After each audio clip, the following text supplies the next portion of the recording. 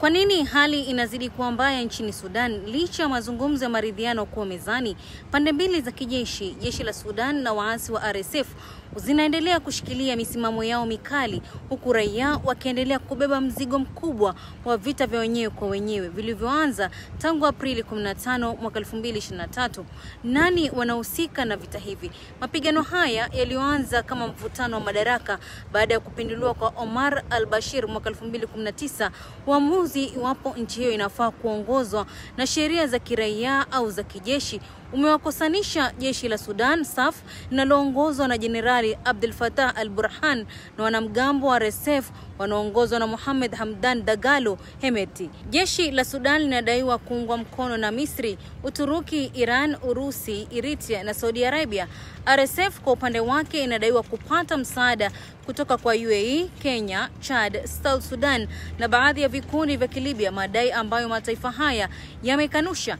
Ni makosa gani ya kivita yamefanywa? Zaidi ya watu 150,000 wameuawa na milioni 12 wamehama makazi yao. RSF imehusika katika mauaji, ubakaji na vitisho vya kifedha.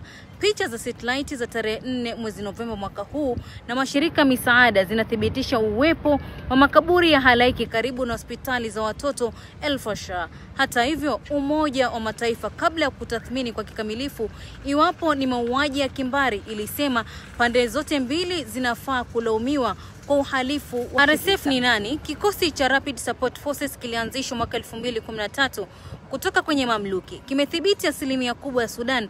Hii ni baada ya mwishoni mwa mwezi Oktoba kudhibiti mji El Fasher kaskazini mwa Darfur nchini Sudan. Kimekabiliwa na mashtaka ya uhalifu wa kivita, lakini kimekana kuhusika na mauaji ya halaiki. Marekani imeweka vikwazo kwa kiongozi wake Hemeti. Raia wa Sudan wanakumbwa na ukosefu wa huduma za afya, mauaji na utapiamlo. Wanaoshindwa kuondoka wanashikiliwa, kupigwa risasi na kuteswa bila hatia, na wanaojipata mikononi mwa RSF familia zao zinaitishwa fidia ambazo sio hakikisho la kupata ndugu yao akiwa hai. Juhudi za amani zinaongozwa na Marekani, Misri, Saudi Arabia na UAE, lakini mazungumzo yamekwama kwa sababu ya tofauti za kisiasa na kieneo.